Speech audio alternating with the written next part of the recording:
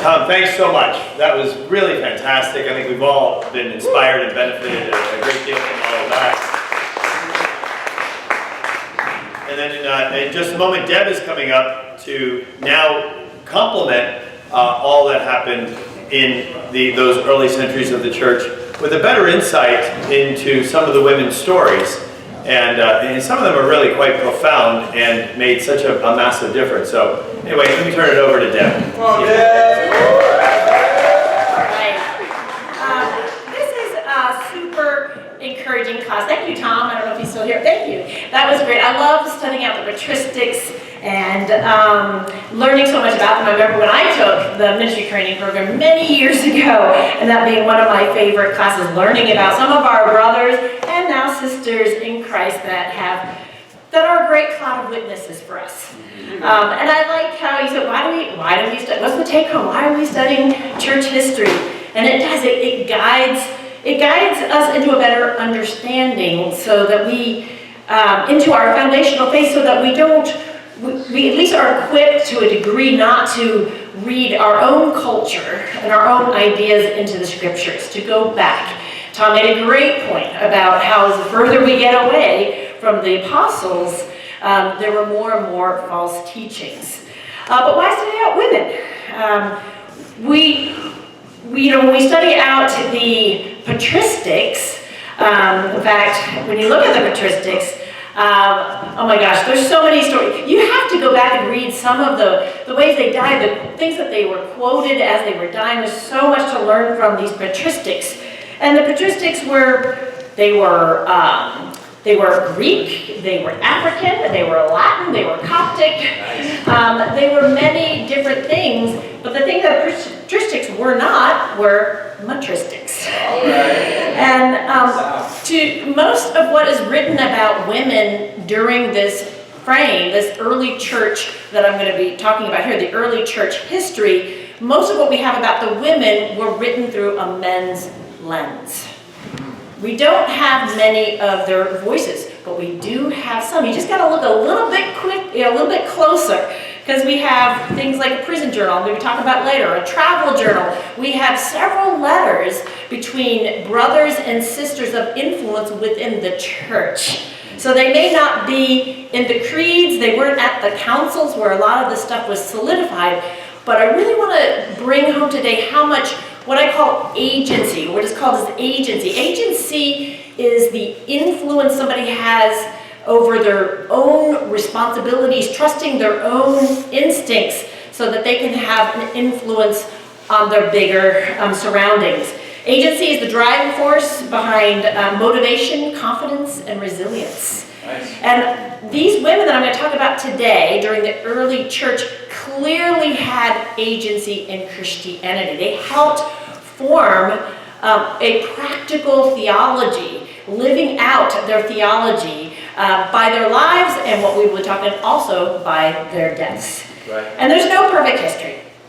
We have perfect scriptures, but history is always through somebody else's lens. Right. And that lens is never perfect unless you're God. All of history, not only just one perspective, but they had sometimes intended, but a lot of times unintended agendas. Even historians would weave in different literary trends of that time that we might not even understand. Right. But we do want to learn about the women's voice through this era. I think it's really important. It would be incomplete and even misleading if we didn't add the church history with women who had some great agency and influence in theology. But before I go there, I want to talk about just in the Bible, before we get to the early church, I mean, God has always worked through women, all through the scriptures. They had an influence and God has worked through them all through this day. Let's consider some. Think about,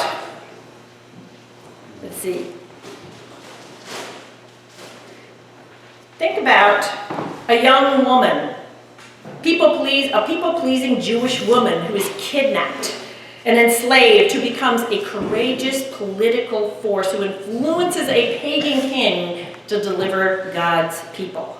we have Esther.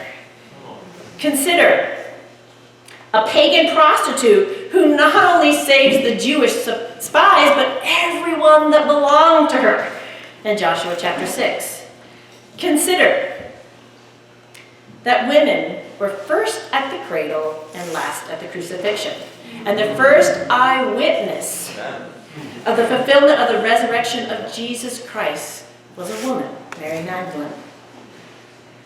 The first convert in all of Samaria was a woman to whom Jesus directly claims he is the Messiah. Not to just a woman, but not to a Jew, but to a Samaritan woman who is living with a man and had 5 previous husbands. We don't know much about her. Did they all die? Was she promiscuous? Did they leave her? We don't know. But we know she's been through some pain. And she probably was marginalized. Think of all these women. Think of another woman, a dealer of purple cloth, who was the first convert in all of Europe, and the first convert of the church most dear to the Apostle Paul, who helped finance a lot of his further journeys. She surrenders her house, her finances, perhaps her reputation. These women not only had agency, but they only had agency as they encountered God. Right. We think about Esther, who only reclaims her faith after hiding it. Rahab, risking her life committing treason only after hearing about the mighty deeds of God. The Samaritan woman, Mary Magdalene, marginalized woman who radically transform and are used by God after encounters with Jesus. These were ordinary women used for extraordinary purposes, the deliverance of God's people and the advancement of the gospel. And not only that, station in life made no difference for these women.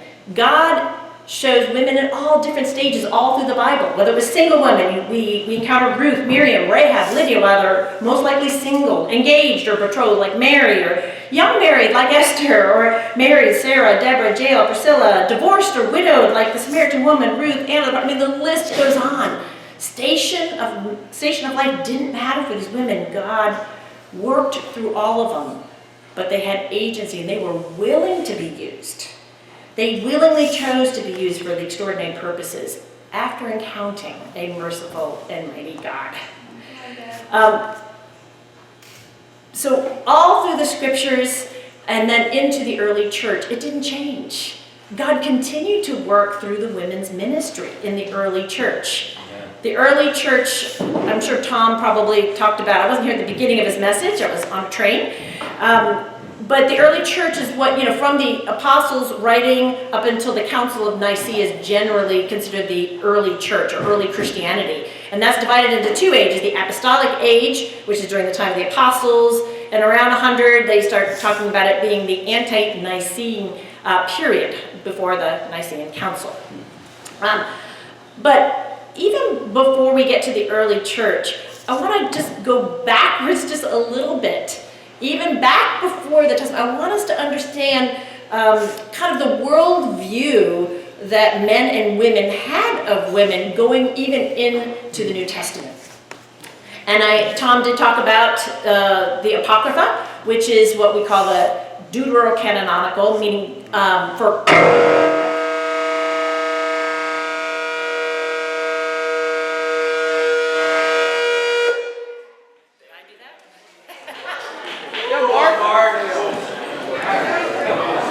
Can you hear me? Yeah. In the back, can you still hear me? Does anybody know what bias that was? Hindsight bias. Very good. Hindsight bias. What is that? Cognitive biases. That Mark should have predicted it. I have to wait for another microphone. Should I just keep going? No, just wait 1 second. The microphone that does that? When the battery in the microphone dies, because they're all cordless, when it dies, it does that. It wants to let you know. Yeah. All right. I was ready to raise my voice, I think. Anyway, so I want to go back again before this pre-New Testament time, during this time where the Apocrypha, that writings that the Catholic churches and some Orthodox churches actually believe is part of the inspired Word of God.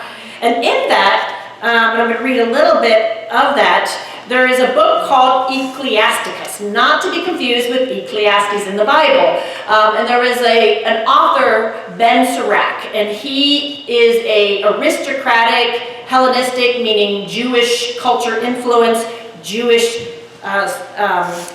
writer. And he wrote about women, but only in relationship to how they affected men. Good wives, blessing. Bad wives, curses. And I'm only going to read a couple of them. And I'm just going to read about referring to what causes men's shame, because they're a little bit more shocking. One of them is in Sirach 25, verse 15, where he says, "There is no venom greater than that of a woman." In Sirach 25, 22, he says, "Great the shame when a wife supports her husband." Remember, Jesus was supported by women. The first Christian movement was supported by women. And regarding warnings to fathers and daughters, okay, this is the worst one. I'm obviously picking out the worst ones. Brace yourselves. It's in Sirach 42, verse 13 through 14. He writes, "For from garments comes the moth, and from a woman comes woman's wickedness. Better is the wickedness of a man than a woman who does good. Oh my gosh. It is woman who brings shame and disgrace."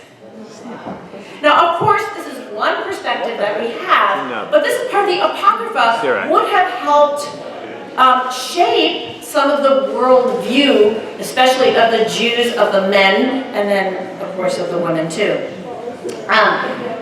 But again, we're still talking pre-New Testament here. So, a quote from an author, Demosthenes, is a Greek statesman and orator in ancient Athens during the 4th century, so that's like the 300s BC, so we're still doing BC here.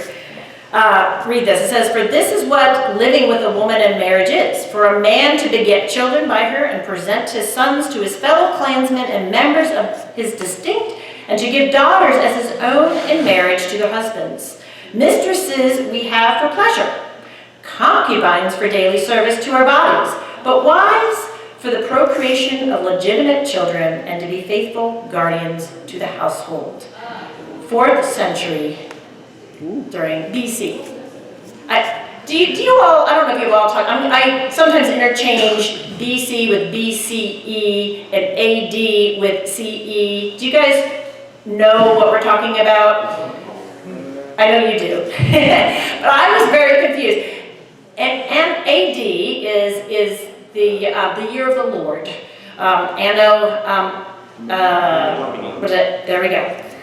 Say it again. Anno Domini.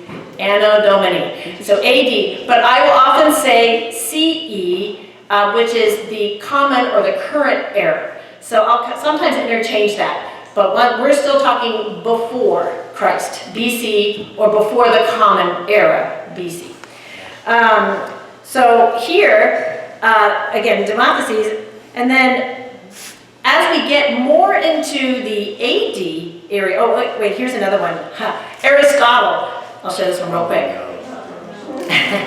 During the Hellenistic period, the 4th century, he says, "As regards to the sexes, the male is by nature superior and the female inferior, the male ruler and the female subject."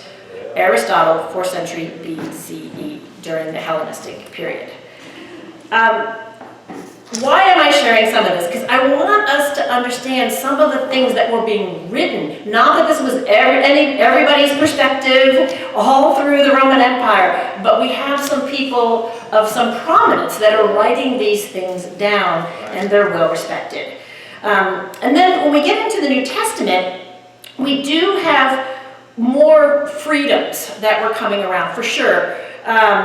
During the Roman Empire, women could be politicians, they could own businesses, be acrobats, be physicians. They could do a lot of these things, but a lot of it was depending on which culture you were in, and culture varied so much from city to city, even a Greek city. Like you had the Greek city of Athens, where women were a little bit more confined or sequestered to their own home. But by the time the New Testament, that was starting to fade away, and they had more public appearances than we once thought. But then you have other cities where, like Roman colonies for sure, had more of a woman's prominence. I mean, that's where we find Lydia. Lydia, she's interesting because she's an Asian woman who had Jewish influence where she lived, becomes a God-fearing Jew, and we read about her in a Roman colony. So which culture influenced her the most? All of them. So later on, we have this, it's later on, so it's, let's see, 2nd century AD. This author, he's a philosopher, Plutarch. So it's during that anti-Nicene early church period, which we're talking about. Let's see if I can, I think I skipped a slide. Let me go back. Nope, I can't find it. I had his quote.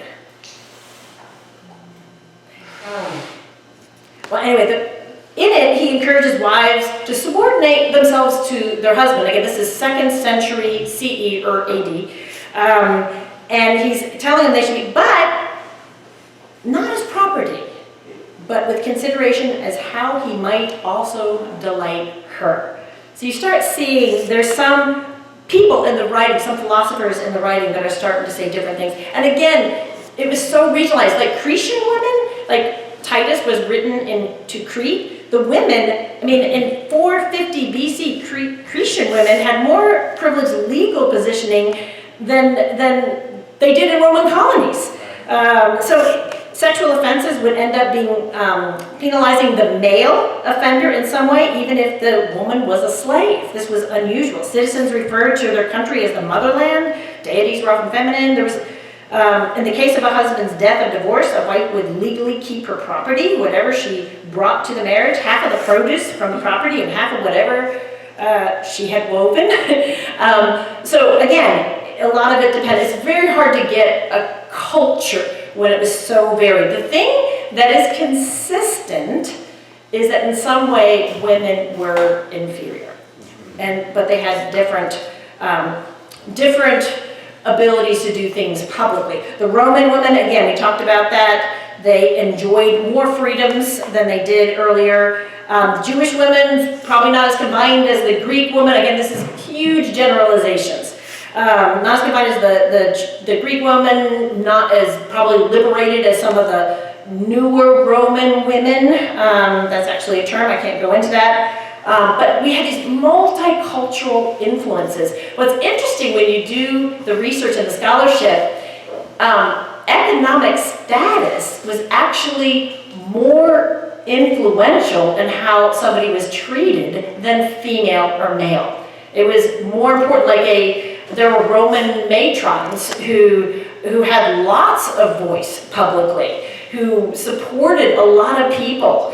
And you had, if somebody was a woman of a large home, which had a lot of workers, I mean, she would be managing a lot of stuff, including the men and the slaves, the clientele, if she was the one managing. And we see references to that in Timothy when he uses the word for household and manage your household well. Household isn't like what we think of in the Western world, just your private home. Your household was the domain of not just your family, but your occupation. And often times, a hub of business, public spaces to receive clients and friends. So why was the gospel so attractive? Why was the gospel so attractive to women? There was a decline in the number of women coming into the early church era. Some people think it was women dying in childbirth. There was an increased consideration of women, trying to keep them safe, even though they were still considered inferior in a lot of ways. But these there were more women than there were men actually in the church. So women were very attracted to this gospel message. And when you consider some of the history, some of the things coming into the early church, you can consider some of the reasons why they might. I mean, even both being man and women, both be created in God's image. They're the same. They both carry this divine image within them. Paul's words, there's neither male nor female, Greek nor Jew, slave nor free. There's none. Doesn't make a difference in the value before God. And in Ephesians 5, husbands to treat their wives as Christ treated the church. Sign me up. There was also, you remember Demosthenes in the BC, and some of his writings about, you have your wife for your children, but then you have these other women for your pleasure. But the Apostle Paul writes in 1 Corinthians 6, talks about the fleeing from sexual immorality. If you are with a prostitute, you are united with her. Flee from that. In 1 Corinthians 7:4 says, a husband has no right over his own, or exousia, it's the authority over his own body, nor a wife. Right. I was like, this was mind-blowing for some of the things that were being taught and some of the cultural things that were going on coming into this era.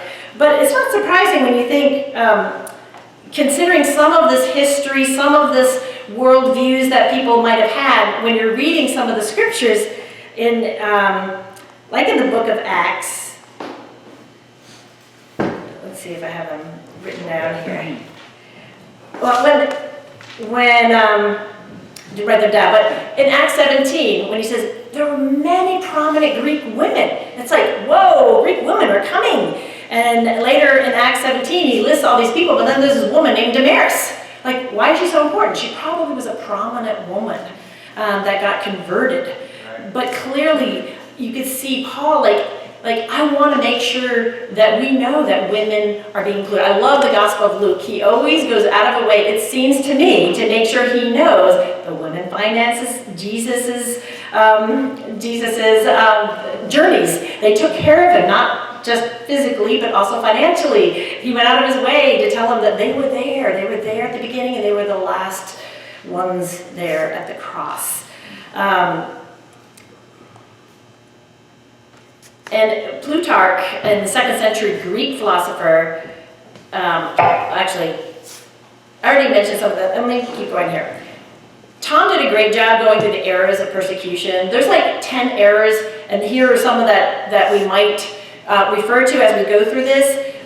Nero, the persecution of Nero was where Peter and Paul got persecuted. We might think like in the 1st century, in the early church, that everybody was being persecuted, everybody was like, but it actually waxed and waned a lot. They were just moments, bursts of persecution where it was dangerous to be a Christian.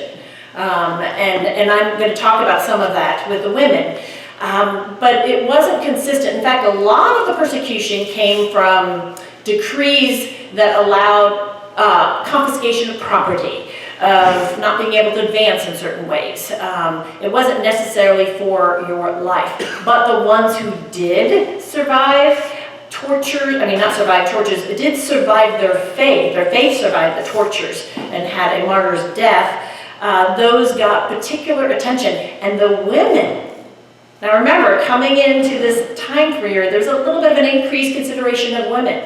So when these women were found in the context of brutal persecution, they were noticed. People noticed these women that were in the arena in a traditionally male context. And they had a lot of influence by the way they died, by the way they held on to their faith. The next one, I think Tom did talk about Marcus Aurelius, talked about Polycarp, but during that time, he also mentioned the 12 that were persecuted in Carthage, but we're going to be talking about a young slave girl called Blandina. And then we go on to Septimius Servus. He mentioned Perpetua. We're going to actually read part of her diary today, an English translation of most likely Latin, although some debate think it was Greek, but I believe it was Latin. And then it goes on, Decius was when the decree monitoring the imperial, like you have to, mandated the imperial sacrifice, which a lot of Christians wouldn't do, so that increased the persecution. During Valerian, we have the martyrs of the famous virgins, Maxima, Donatilla, and Secunda. We'll talk about that. And then the great lot, all the early church, again, I'm going to mostly focus on from the Nicene period, the anti-Nicene period, from the time of the apostles until Christianity was legalized in the Edict of Milan. And I want to talk about one in first, and it's interesting that this was mentioned. This is in Lyon, France. You can see up there, Lyon, France. The Greek Christians had come in here and were pretty populated, and in 177 CE or AD, 177 AD, there was a great persecution. It was the last persecution under Marcus Aurelius. In fact, when Blandina dies, it's actually after Marcus Aurelius dies in March, and I think that the final death is in July, but his decrees were still filtering down through this. And Blandina was one of these 48 people that were brought in and tortured. And if you were a Roman citizen, you had a much better death, but if you were not, or if you were poor, a slave, then you had to endure tortures. Wow. Blandina was a slave.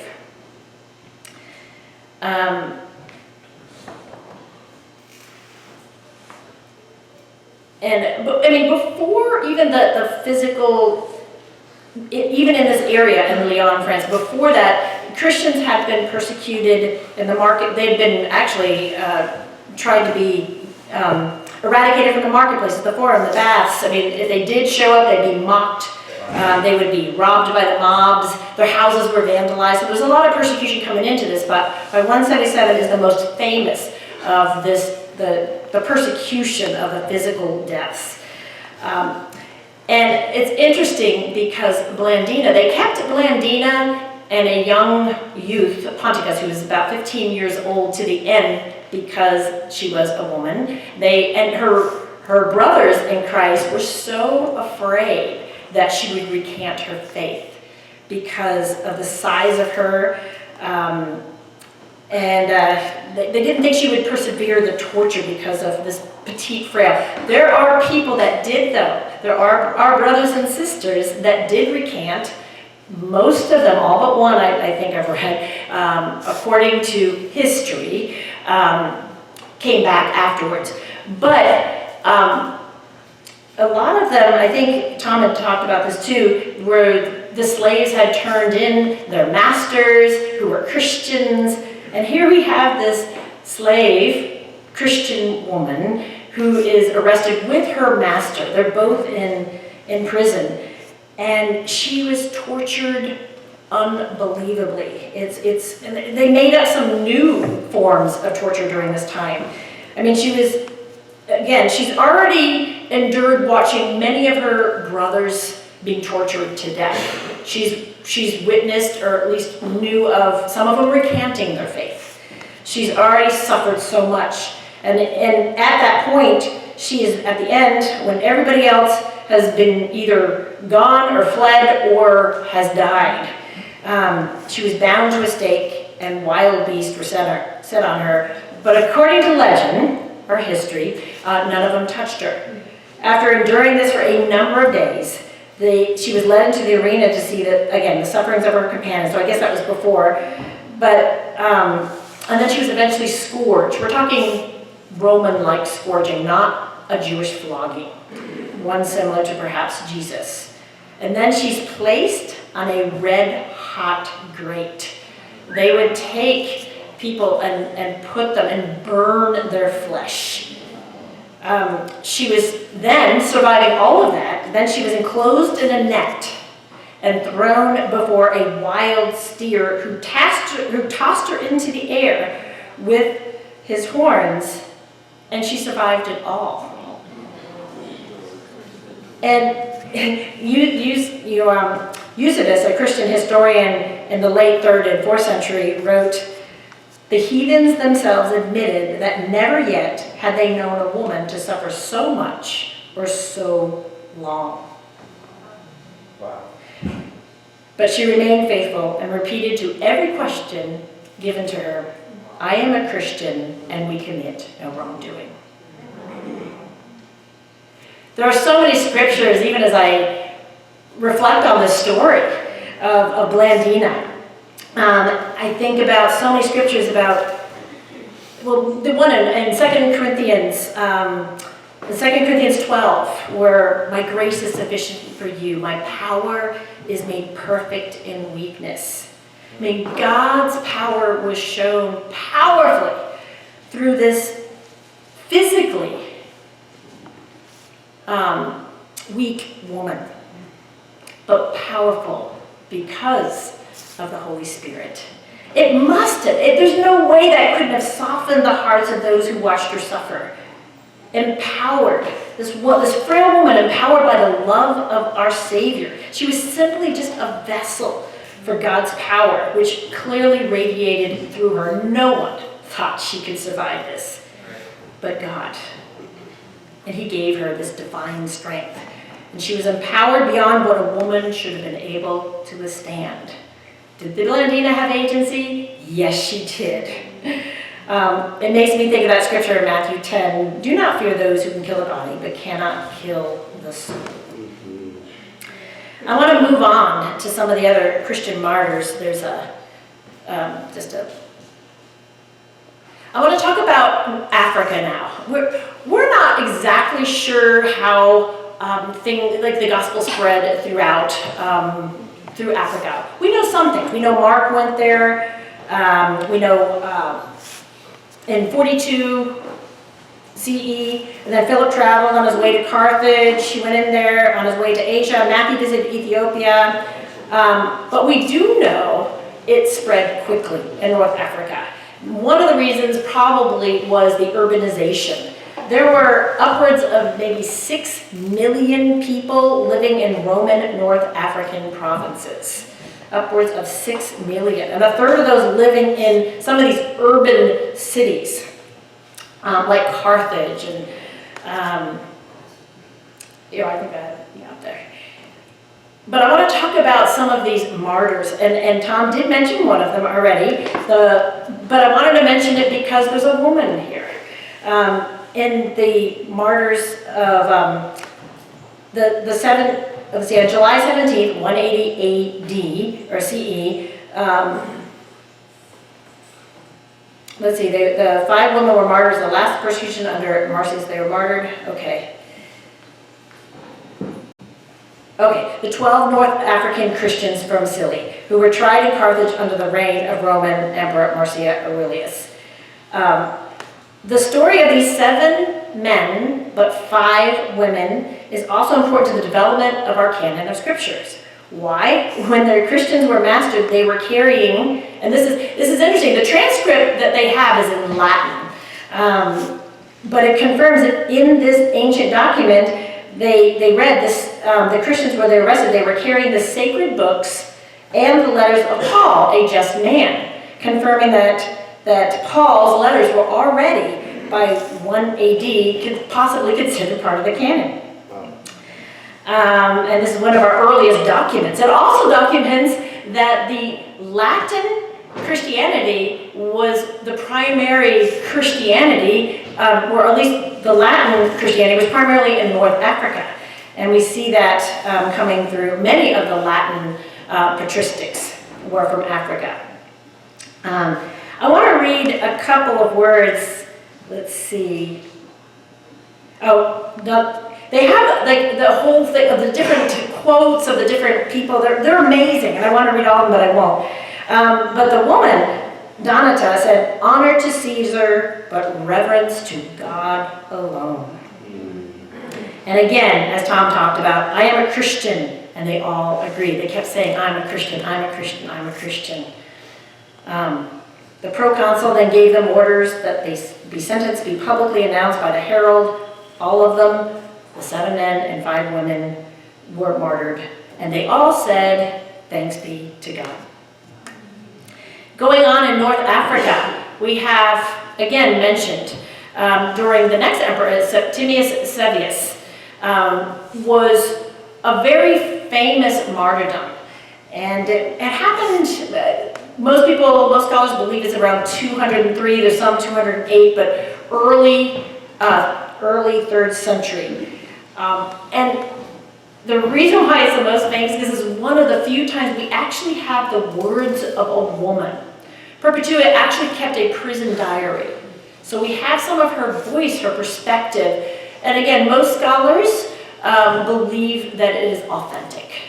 Again, we're not sure if it was written in Latin or Greek, but we have a fairly good early transcripts, both in Latin and Greek. That's why there's some debate.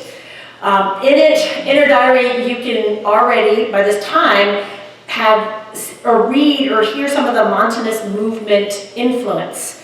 There's a lot of visions, which all of them end up pretty much being true, but they're pretty fantastical. But the other thing, there's so many different parts of the Montanist doctrine, but one of them was that they believed they would get a better death if they died a martyr's death. Of course, we read in the scriptures, like in Matthew 10, when you're persecuted in one place, go to another place. But they actually went towards persecution and felt like it was such an honor.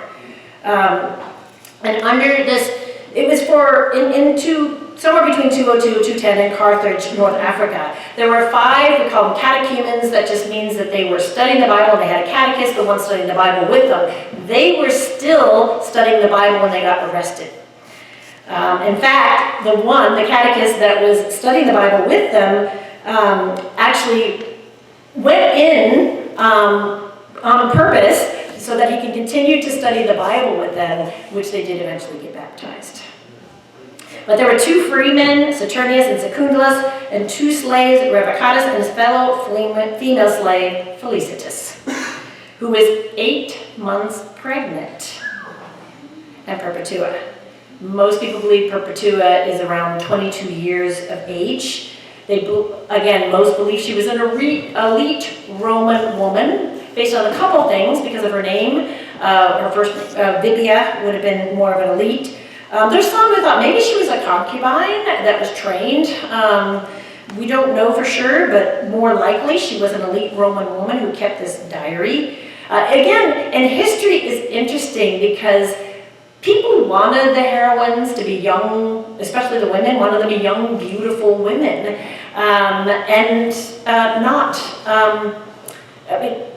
if they were wealthy, even the better. Like, if you look at the literature outside of the Bible and outside of church history during this time, there are a lot of stories about young women, which is interesting. The young women, they weren't 22 though, they were 12 or 13 because that was the age of marrying. So early, but that would be what they focus on. So the fact that she's 22 would actually be older. She's a young married and has recently given up birth to a son. Again, Saturnus, the catechist, who voluntarily went to prison and eventually executed so he could baptize his fellow Christians. I want to actually go, I'm actually going to put this up here if I can get it. Oh, did I go backwards? This is a QR code. I think it's so good to read as much of a primary source as you can get. Go back and read the whole thing. I'm not going to read through, there's like 4 visions she has and one that Sartoris has as well. Again, when you read the story and then the account afterwards, they all likely were true, which is pretty interesting. But the prison diary, again, originally written in Latin, most likely, maybe Greek. Translated, I'm going to read an English translation of this, but the beginning and the end are written by a narrator. We don't know who the narrator is. Some have speculated Tertullian, but there's really no evidence for it. It's just that some of the thoughts were consistent and the time frame would have worked out, but there's no evidence. But what we do suspect, and I believe it was written not by a woman, but by a man, and I'll tell you why as we go on. Again, this is a prison diary of a young woman martyred in Carthage in 202 or 203 CE. The beginning and the ending are related by an editor or narrator. The central text contains the words of Perpetua herself. All right, here we go. A number of young catechumens were arrested, Revocatus and his fellow slave Felicitas, Saturnius and Secundulus, and with them Vivia Perpetua, a newly married woman of good family and upbringing. Her mother and father were still alive, and one of her two brothers was a catechumen like herself. She was about 22 years old and had an infant son at the breast. Now, from this point on, the entire account of her ordeal is her own, according to her own ideas and the way that she would herself have written down. So her words translated. While we were still under arrest, my father, out of love for me, was trying to persuade me and shake my resolution. Even before I go there, I have to give a little bit of background. In the Roman culture, the father-daughter relationship was one of the most important relationships. The daughter was the one expected to carry on her father's reputation, even after marriage. And we see that as early as BC, and then carried in by some of the authors even CE, where writers would just gush about, like, she's the exact continence of me, but to understand the cultural pressure for her to carry on her father's reputation, that is what was culturally expected of her. So Perpetua, we're going to read here, she's completely countercultural. So he tried to so my father, out of love for me, was trying to persuade me and shake my resolution. Father, said I, do you see this vase here, for example, or what water pot or whatever? Yes, I do, said he. And I told him, could it be called by any other name than what it is? And he said, no. Well, so too, I cannot be called anything other than what I am, a Christian. At this, my father was so angered by the word Christian that he moved towards me as though he would plug my eyes out. But he left it at that and departed, vanquished, along with his diabolical arguments.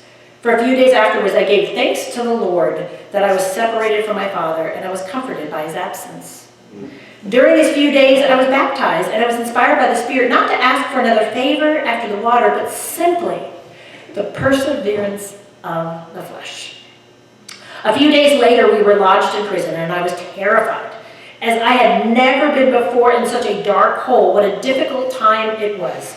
With the crowd, the heat was stifling. There was such the extortion of the soldiers, and to crown all, I was tortured with worry for my baby there. Again, early church, no formula.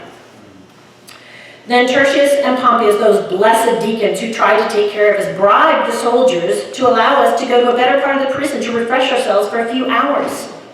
Everyone then left that dungeon and shifted for himself. I nursed my baby, who was faint from hunger. In my anxiety, I spoke to my mother about the child. I tried to comfort my brother, and I gave the child in their charge. I was in pain because I saw them suffering out of pity for me.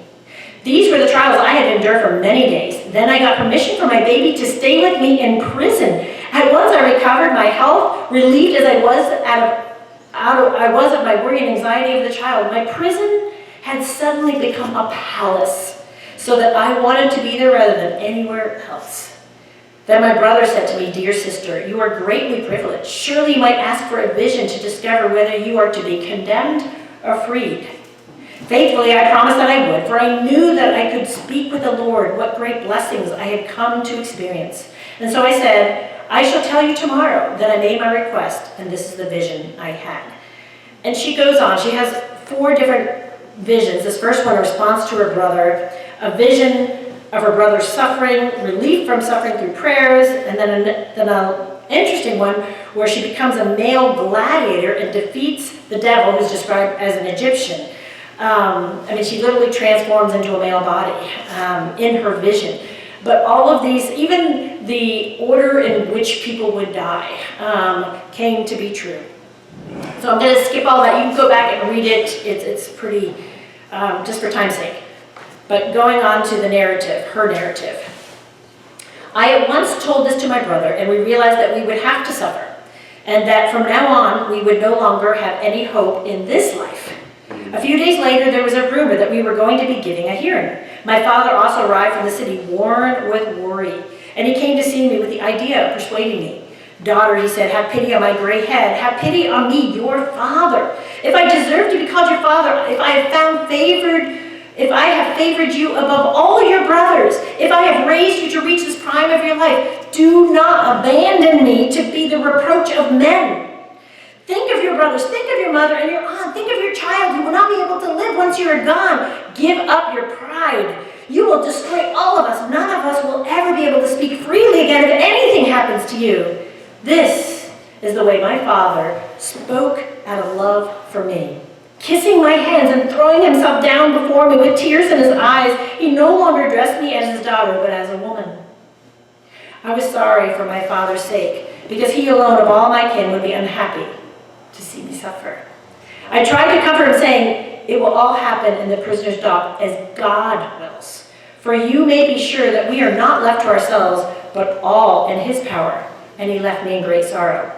One day when we were eating breakfast, we were suddenly hurried out for a hearing. We arrived at the forum, and straightway the story went about the neighboring near the forum, and a huge crowd gathered. We walked up to the prisoner's dock. All the others, when questioned, admitted their guilt. Then, when it came to my turn, my father appeared with my son, dragging me from the step. He said, perform the sacrifice, have pity on your baby.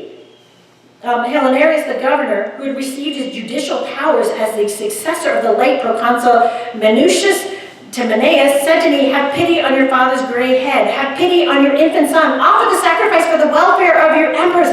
Just a pinch would do it. I will not, I retorted. Are you a Christian? Said Helenarius.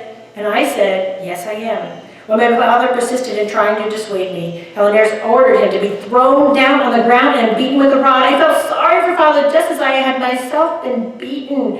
I felt sorry for his pathetic old age. Then Helenarius passed sentence on us all.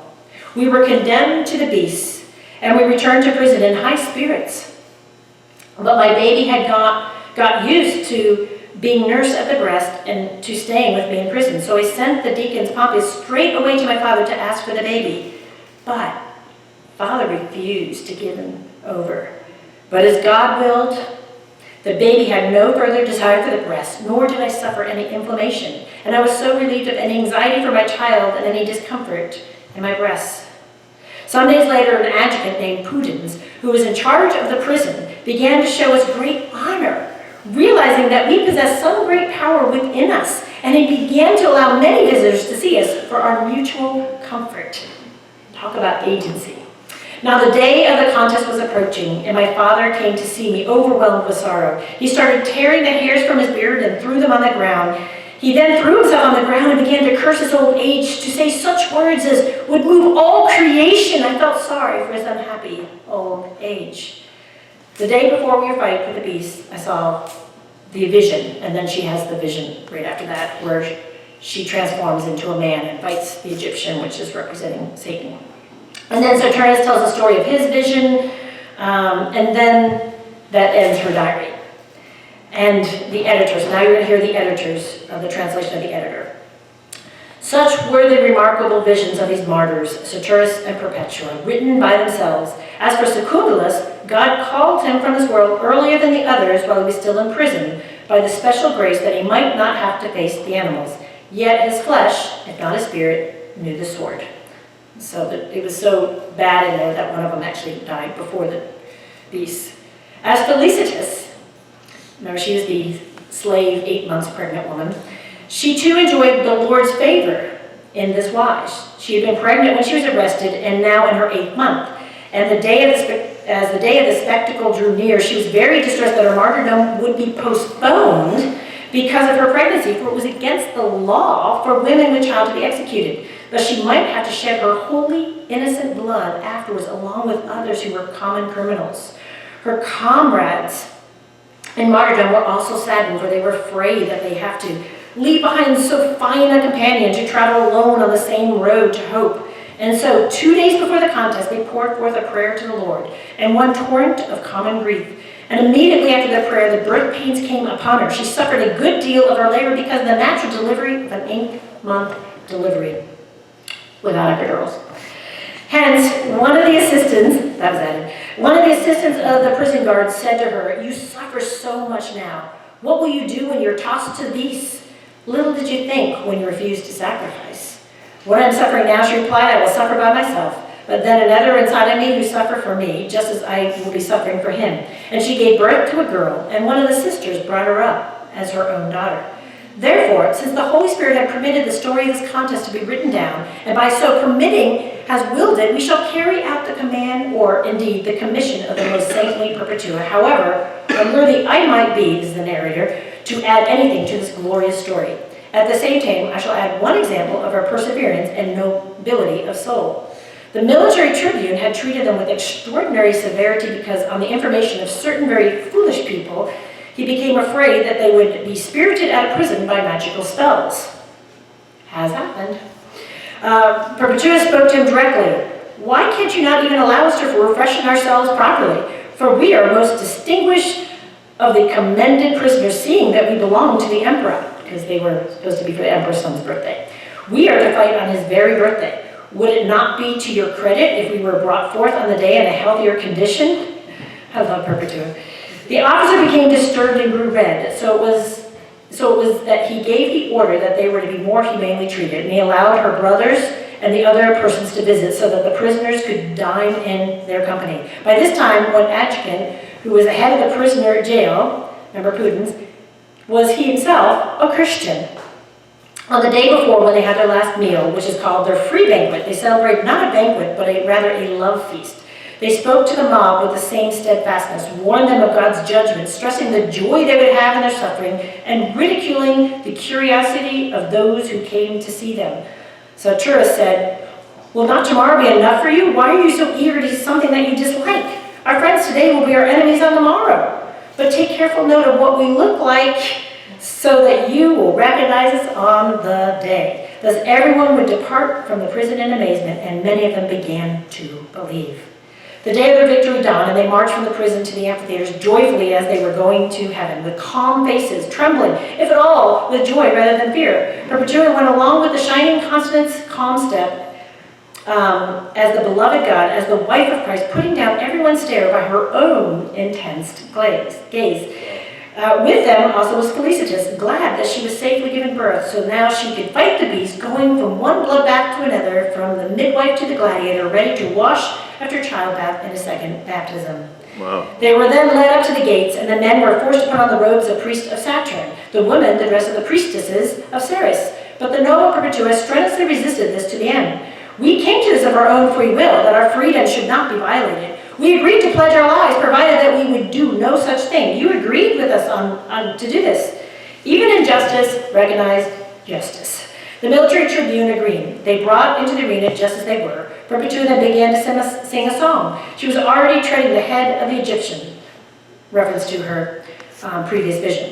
Revocatus, Saturnius, and Saturus began to warn the onlooking mob, and then they came within sight of Helenares. They suggested by their motives and gestures, "You have condemned us, but God will commend us. But God will condemn you," was what they were saying. At this, the crowds became enraged and demanded that they be scourged before a line of gladiators, and they rejoiced at this, that they obtained a share in the Lord's suffering. I know that reminds you of a scripture. But he who said, "Ask and you shall receive," answered their prayer by giving each one of them the death he had asked for. For whatever they discussed among themselves, the desires for martyrdom. Saturnius instead insisted that he wanted to be exposed to all the different beasts, that his crown might be all the more glorious, so that at the outside of the contest, he and Revocatus were matched with a leopard, and then while in the stocks, they were attacked by a bear. As for Saturus, he dreaded nothing more than the bear, and he counted on being killed by one bite of a leopard. Then he was matched with a wild boar, but the gladiator who was tied to him to the animal was gored by the boar and died a few days after the contest, whereas Saturus was only dragged along. Then when he was bound in the stocks awaiting the bear, the animal refused to come out of the cages, so the Saturus was called back once more unhurt. For the young woman, however, the devil had prepared a mad heifer. This was an unusual animal, but it was chosen that their sex might be matched with that of the beast. So they were stripped naked, placed in nets, and thus brought out into the arena. Even the crowd was horrified when they saw that one was a delicate young girl, and the other was a woman fresh from childbirth, with the milk still dripping from her breasts. So they were brought back again and dressed in unbelted tunics. First the heifer tossed Perpetua, and she fell on her back. Then sitting up, she pulled down the tunic that was ripped along the side, that it covered her thighs, thinking more of her modesty than her pain. Next, she asked for a pin to fasten her untidy hair, for it was not right that a martyr should die with her hair in disorder, lest she might seem to be mourning in her hour of triumph. That, I think, was not written by Perpetua, but the male. Just my opinion. Then she got up, and seeing that Felicitas had been crushed to the ground, she went over to her, gave her hand, and lifted her up. Then the two stood side by side. But the cruelty of the mob was by now appeased, and so they were called back through the gate of life. There Perpetua was held up by a man named Rusticus, who was at the same time a catechumen and kept close to her. She awoke from the kind of sleep, so absorbed that she had been in ecstasy in the spirit, and began to look about her. Then to her amazement of all, she said, "When are we going to be thrown to that heifer," or whatever it is? When told that this had already happened, she refused to believe it until she noticed the marks of her rough experience on her person and her dress. Then she called for her brother and spoke to him together with the catechumens and said, "You must stand fast in the faith and love one another, and do not be weakened by what we have gone through." Another gate, Saturus was earnestly addressing the soldier Pudens. "It is exactly said, as I foretold and predicted. So far not one animal has touched me. So now you will believe me with all your heart. I am going in there, and I shall be finished off with one bite with a leopard." And immediately as the contest was coming to a close, a leopard was let loose, and after one bite, Saturus was so drenched with blood that he came away. The mob roared and witnessed in a second baptism, well washed. For well-washed indeed was the one who had been bathed in this manner. Then he said to soldier Pudens, "Goodbye. Remember me and remember the faith. These things should not disturb you, rather strengthen you." And with this he asked Pudens for the ring of his finger and dipped it in his wound and gave it back to him, again as a pledge of his record of his bloodshed. Shortly after he was thrown unconscious with the rest in the usual spot to have his throat cut. But the mob asked that the bodies be brought out in the open, that their eyes might be guilty witnesses of the sword that pierced their flesh. So the martyrs got up and went to the spot of their own accord, as the people wanted them to. And kissing one another, they sealed their martyrdom with a ritual kiss of peace. The others took the sword in silence without moving, especially Saturus, who being the first to climb the stairway was the first to die, reference to a vision. For once again he was waiting for Perpetua, however, had yet to taste more pain. She screamed as she was struck on the bone. And then she took the trembling hand of the young glider and guided it to her throat. It was as though so great a woman feared, as though she was by an unclean spirit, could not be dispatched unless she herself were valiant. So is the diary and the history from a narrator's perspective of Perpetua and Felicitas, two women. Did they have agency in help formulating the doctrine of Christianity, or the practical theology by living out and how they died? Influencing soldiers, influencing her family, influencing many people. Yes, and we have her words captured here. You know, they totally believed in a bodily resurrection. That's why they're like, "Look at my face, you're going to see it again."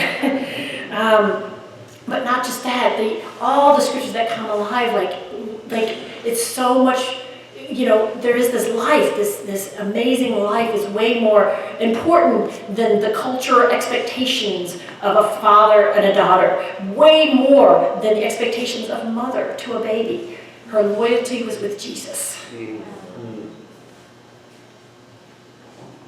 There are so many other, another primary source, if you want to take it, the Acts of Paul and Thecla. As we're getting further away, as in all, they're getting further away, more false doctrine comes up and more fantastical writings in history as people are recalling and legends are being formed. But the Acts of Paul and Thecla are part of what we call the New Testament Apocrypha, not written during the Second Temple, where the Deuterocanonical Apocrypha was, but afterwards.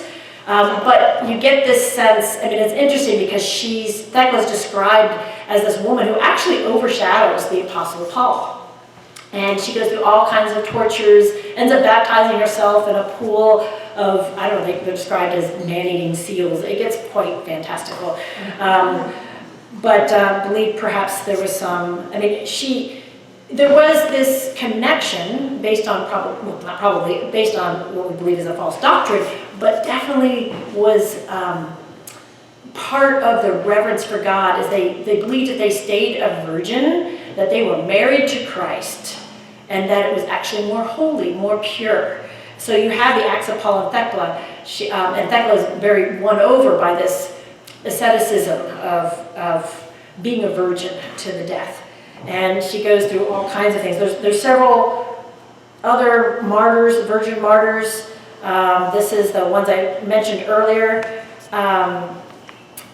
Maxima, Donna, I forget all the names, but they're like 12, 14 years old, and they're martyred in a town. Again, how much is legend, how much is history? There's certainly some base in history. I don't know how much is legend. Again, their age makes me wonder, because it's so consistent with the outside literature of being so young, is when a lot of the Greek literature, but perhaps that's why they got special attention. But their whole town recanted, but these two women first, and then one of the women joined them later. These young women came in, and they were tortured. They get thrown on the grate and stretched, all these different things, these young women. And you just think of Timothy saying, don't let them look down on you because you are young. There's so many. Then we have Crispina, who is one of the most famous of the African martyrs of the early church, because she was a wealthy matron. And she was actually engaged to be married. And she said, I'm not going to marry this non-Christian. Or maybe it was non-Christian or being a virgin to death, we don't know, but she refuses. And then she goes through all kinds of tortures, attempted rapes, and again, it gets quite fantastical of how she escapes, but she's eventually martyred. And then here, those were all African, and then we're going back to Rome now, and again, it gets more and more fantastical. 4th century is Saint Agnes.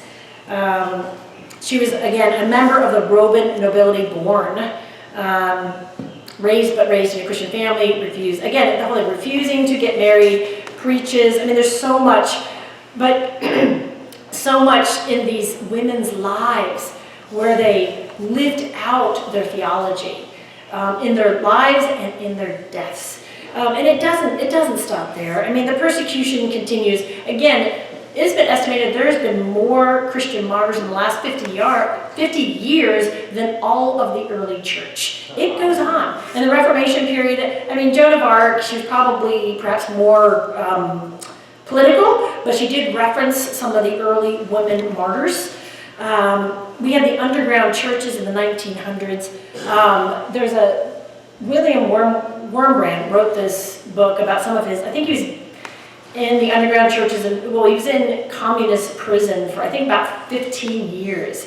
And he describes in the book the things that happened, and things that happened to women, he said they were worse. They were brutally raped, thrown into a river, brought up, thrown back in the river, and there's just so many stories that he tells. And there's stories of, this is in the 1900s, I'm trying to say, this still happens, and it happens around the world. It's not happening here, but we can learn from their theology. We can live embodied life, like we have these bodies that can be vessels for God's power. We can give up, in this wealthy nation, what do we give up? We see the wealthy women. It didn't matter if you were a slave or a wealthy woman, didn't matter, but they were willing to give up everything for their faith. And they have influence. We need to study them. We need to understand. And we need to learn. And we need the take-home messages, which I thought Tom did a great job with that. It's like, we got to hold to the scriptures. We got to get back. And as I went through the lives of all these women, I studied them out, and scriptures just pop all over the place. And I think that's what we've got to do, is go back to the scriptures and hear Jesus' voice and trust that he can empower us in ways beyond what we can imagine. We just got to be I think being inspired by these women, understanding their influence in practical theology and even written theology, as in the case of Perpetua. But let's take these messages and figure out how can we embody the Holy Spirit in our lives today. In this modern world, again, persecution is still happening, and it could happen here. We don't know. I mean, in 2016, Russia made it evangelism in house churches illegal, mostly against Muslims, but it affected Christians. And the anti-conversion law just happened in Bangalore. We can't even, that was in the December of 2021. We can't, again, mostly for it was enacted last week. enacted last week.